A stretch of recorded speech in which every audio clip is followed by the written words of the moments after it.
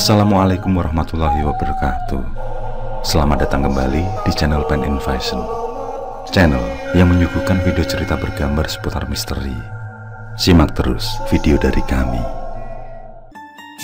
Lia merupakan seorang karyawan di sebuah pabrik kertas.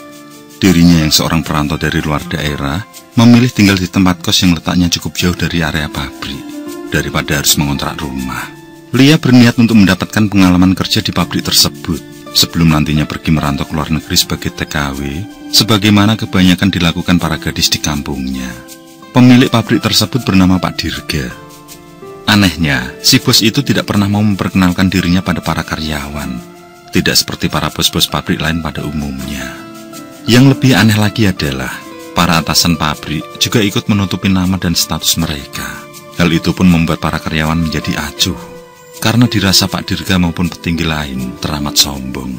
Bahkan Pak Dirga jarang sekali berkunjung ke pabriknya sendiri. Menjelang tengah malam ini, Lia menuju area parkir karyawan di sisi pabrik. Ia akan mengambil bekal makanan dari rumah sebagai penambah energi. Angin sepoi mempermainkan rambutnya, juga menggoyangkan daun beringin tua di area parkir. Sebuah pohon beringin besar yang terlihat cukup angker jika disaksikan di malam hari. Menurut rumor, pohon itu ditanam sendiri oleh kakek Pak Dirga. Hanya saja, dulu lokasi tersebut hanyalah lahan kosong. Entah dengan tujuan apa ditanamkannya pohon beringin tersebut. Dan dalam perjalanan waktu, lahan itu pun dijadikan sebagai pabrik kertas oleh Pak Dirga. Saat Lia jongkok hendak meraih bekalnya, ia melihat Pak Dirga sedang menenteng kepala kerbau segar. Tampak sangat jelas jika kepala kerbau itu baru saja selesai digorok. Lia bersembunyi di sebalik motornya untuk menyaksikan apa yang dilakukan Pak Dirga. Yang ternyata, lelaki itu menuju pohon beringin melakukan suatu ritual yang terlihat tidak lazim. Melihat itu membuat Lia bergidik ngeri, lalu meninggalkan lokasi parkir tanpa membawa bekal yang dituju. Setelah apa yang dilakukan Pak Dirga, di malam-malam berikutnya, para karyawan pabrik dihantui dengan teror pocong di tempat kerja. Hal itu menyebabkan beberapa karyawan meninggal dunia secara tidak lazim. Ada yang mati gantung diri di pohon beringin, ada juga yang kepalanya terpenggal karena kecelakaan kerja ketika mesin pabrik masih dalam kondisi menyala. Ada pula yang mendadak sakit, kemudian meninggal dengan cara seperti orang ketakutan. Sebagian karyawan yang meninggal di dalam pabrik adalah para perantau, bukan karyawan yang dari daerah sekitar pabrik. Ada apa ya ini? Gumam Lia yang mempunyai niat keluar dari pekerjaan tersebut. Ia sendiri merasa ada sebuah keganjilan yang terjadi, karena rentetan kejadian berlangsung setelah ia melihat Pak Dirga melakukan ritual. Dan teror mencekam itu membuat banyak para karyawan yang mulai keluar dari pabrik begitu saja tanpa pamit. Mereka takut jika nyawa mereka yang akan terenggut juga di sana. Malam itu, Lia yang memutuskan untuk bertahan sedang mendapatkan shift malam bersama Sari, teman kosnya. Berangkat kerja mepet waktu adalah kebiasaannya. Ia memang suka masuk telat, namun selalu saja ada alasan ketika ditanyai oleh sang atasan. Lain hal dengan Sari yang disiplin akan waktu. Bahkan, Sari sering berangkat sebelum jam yang sudah ditentukan. Lia menjalankan motor kesayangannya dan berangkat bekerja dalam cuaca yang sedikit mendung. Maklum, 2 minggu lagi tahun baru, yang biasanya akan diguyur hujan di momen tersebut. Dalam perjalanan itu, terbesit di benak Lia untuk pulang ke kampung dan membuat acara kecil-kecilan di sana. Ia rindu dengan keluarga dan kawan-kawan sejawat. Di sepanjang perjalanan, Lia senyum-senyum menikmati suasana malam. Ia juga membayangkan gaji ditambah bonusnya di saat tahun baru nanti. Cukuplah untuk dibawa pulang ke kampung. Hingga tanpa ia sadari, ternyata sudah sampai di depan gerbang pabrik. Ia dikejutkan sebuah bayangan melintas dari pohon beringin tua, yang kemudian terdengar suara orang yang seperti tercekik. Lia coba bersikap tenang, walau ketakutan merajai hatinya. Ketika motor sudah terparkir dan hendak melangkah ke ruang kerja, tiba-tiba tercium aroma bangkai yang sangat menyengat. Mungkin kepala kerbau itu membusuk di sana. Gumam Lia berpikir positif, dan laju jantungnya semakin menjadi ketika muncul sosok pocong melayang di area pohon beringin. Bukan hanya satu, tapi ada beberapa pocong lain yang tertangkap mata Lia. Keringat dingin mulai mengalir. Ia kebingungan dengan sikap yang harus dilakukan. Dalam ketakutan yang semakin menjadi, tiba-tiba ia merasa ada yang menepuk pundaknya. Dengan memberanikan diri, ia pun menoleh ke belakang.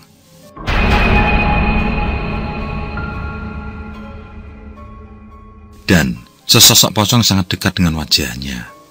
Kain mori lusuh memperlihatkan sosok menyeramkan dengan wajah penuh belatung. Sedangkan giginya terlihat mengerikan dengan darah di antaranya.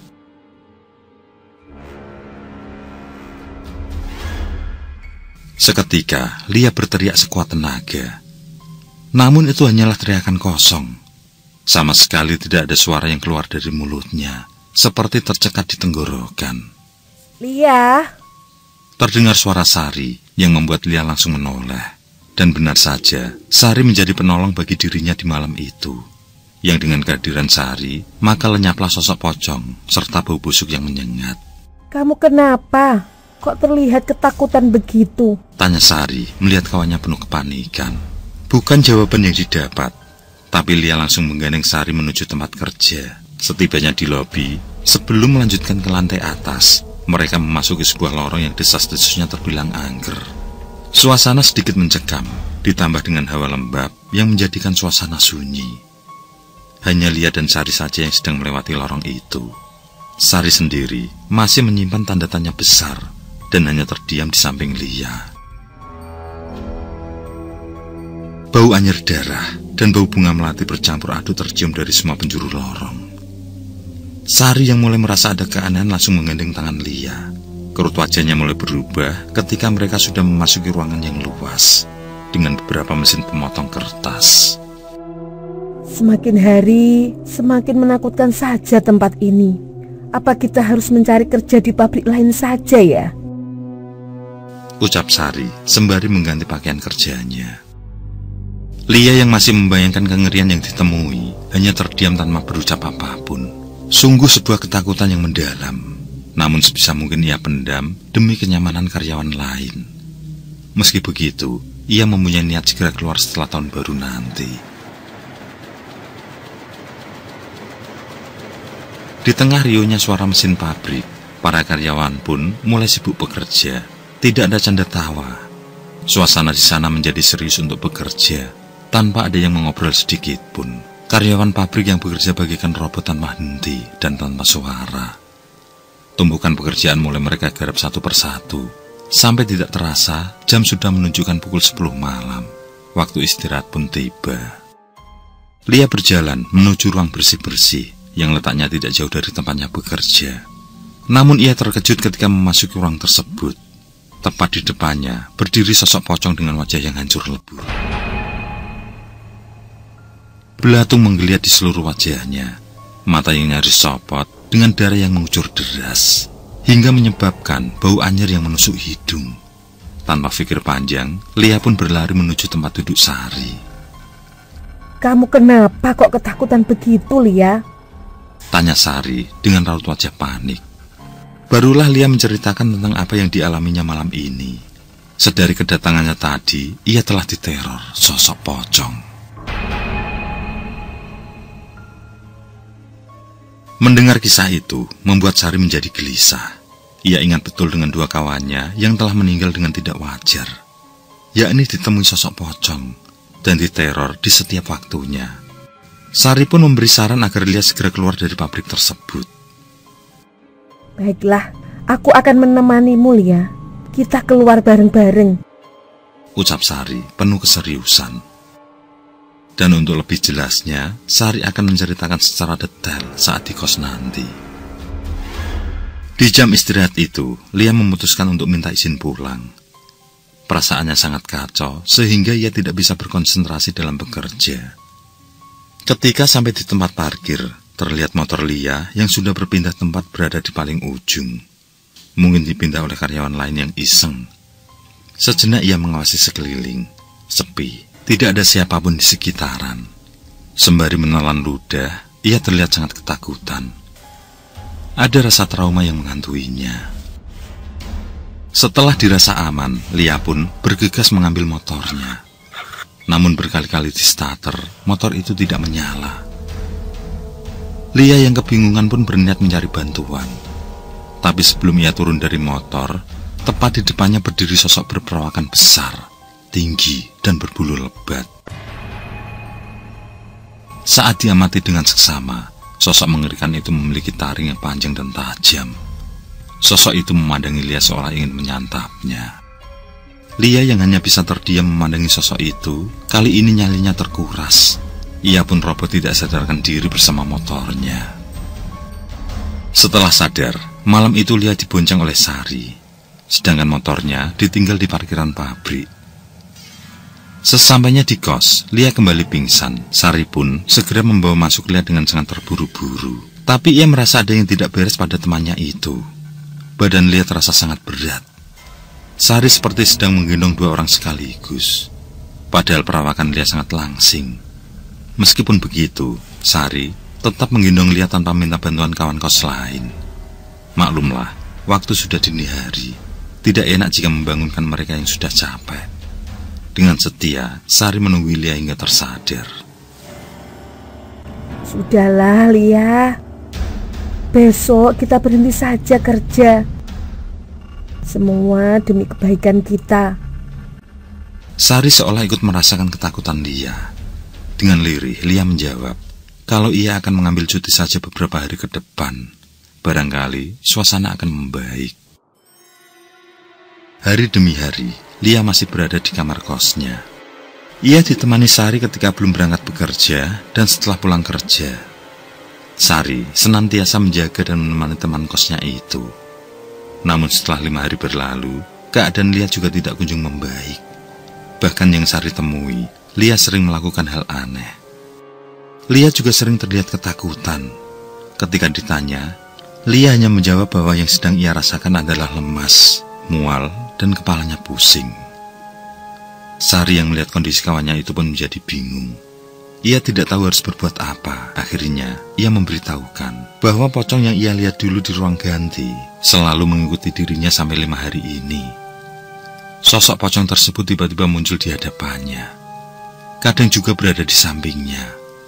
Hal itulah yang membuat Lia menjadi takut dan gelisah.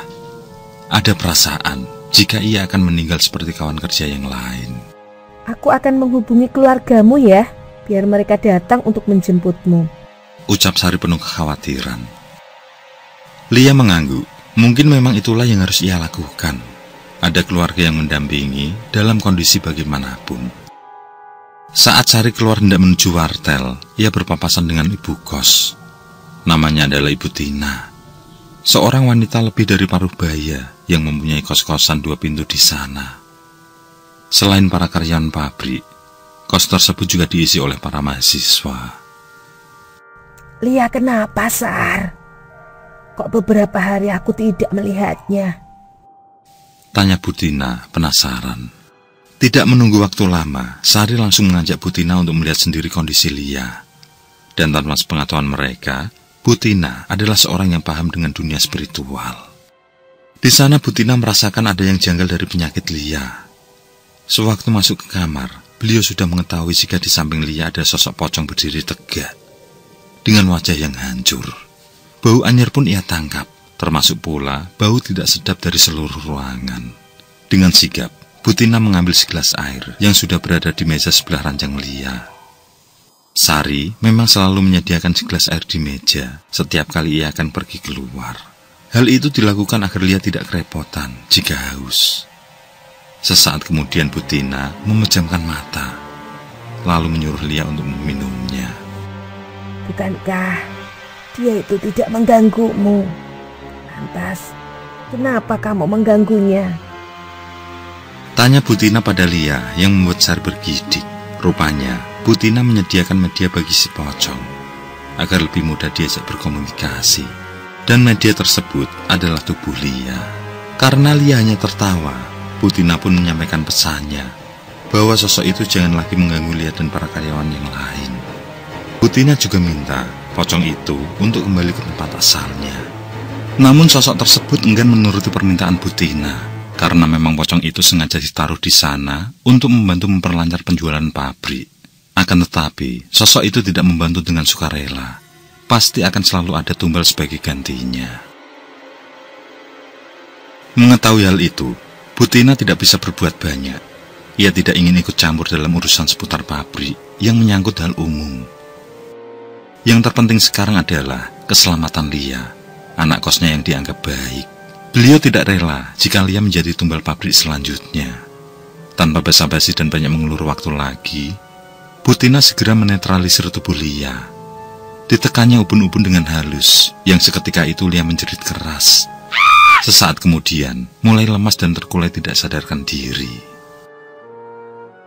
Di sisi lain, sosok pocong itu tetap berusaha mendapatkan jiwa Lia, karyawan yang sudah ditunjuk sebagai tumbal berikutnya. Namun berkat Butina, pada akhirnya Lia pun terselamatkan. Ibu kos yang selama ini terlihat biasa saja, ternyata memiliki kemampuan yang tidak terduga. Beliau datang sebagai perantara penyelamat.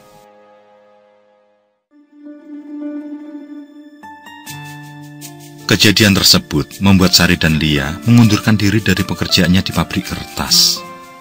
Dan pada kenyataannya, seminggu kemudian ada berita tentang seorang karyawan yang meninggal akibat sakit dadakan. Mungkin saja karyawan itu adalah pengganti jiwa Lia. Akhirnya, Sari dan Lia memutuskan pulang ke kampung halaman masing-masing. Meskipun begitu, tali silaturahmi dengan Butina tidak pernah putus. Yang tanpa sepengetahuan mereka, Butina ternyata memberi pagar gaib pada tempat kosnya itu. Dari situlah, beliau tahu tentang gangguan yang mendera Lia. Dan beliau sengaja datang membantu, tepat di saat sosok pocong yang meneror akan melakukan hal buruk pada Lia, yakni akan mengambil jiwanya sebagai tumbal pelaris pabrik.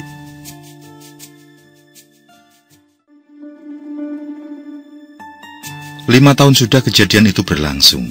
Hari ini, setelah seminggu pulang sebagai TKW di Taiwan, Lia memutuskan mengunjungi Butina. Ia sendirian karena saat menghubungi Sari, ternyata temannya itu sedang hamil anak keduanya, sehingga tidak bisa memenuhi ajakan Lia. Sebelum menuju ke rumah mantan ibu kosnya, terlebih dulu Lia singgah sekedar melihat pabrik kertas. Pabrik yang pernah memberinya teror pocong mengerikan. Dipandangnya pabrik yang kini sudah terlihat tua. Dari segi bangunannya yang nampak rapuh, memperlihatkan kalau sudah cukup lama tidak beroperasi. Temboknya mulai dipenuhi lumut, sedangkan pagarnya sudah berkarat. Tampak pula bagian atap yang telah usang. Pabrik kertas yang dulunya terkenal hingga ke seluruh penjuru, bahkan masyarakat berebut ingin bekerja di sana, kini tinggal kenangan. Setelah beberapa saat, Lia melanjutkan perjalanannya menemui Butina.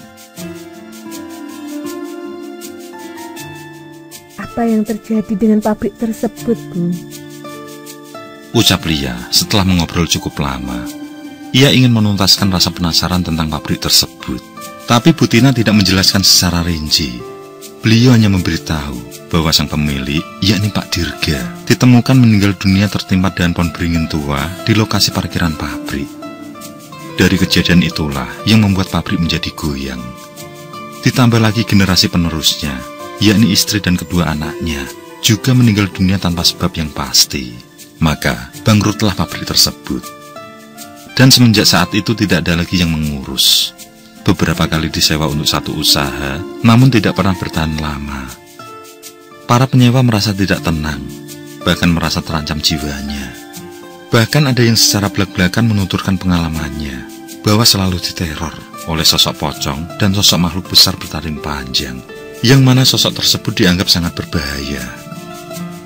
Dari kisah yang beredar luas tersebut, sampai sekarang tempat itu pun terbengkalai. Sudahlah, lupakan saja sejarah pabrik tersebut. Semoga tidak ada pabrik lain yang menumbalkan karyawannya, ucap Butina. Tapi tidak semudah itu Lia melupakan kenangan lamanya. Sampai kapanpun, ia akan selalu ingat kejadian di masa itu, di mana teror pocong menghantuinya. Sosok menyeramkan yang jika diingat, akan membuatnya bergidik ngeri.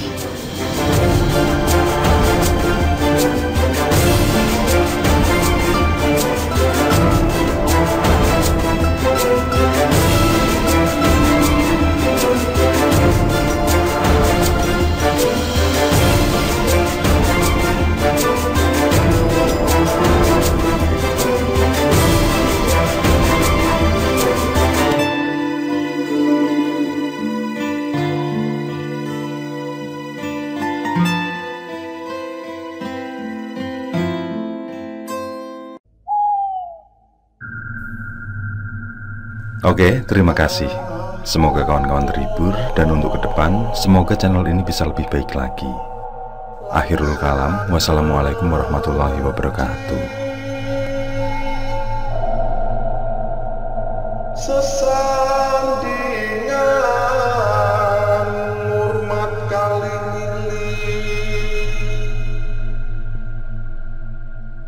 lakukan pungkasane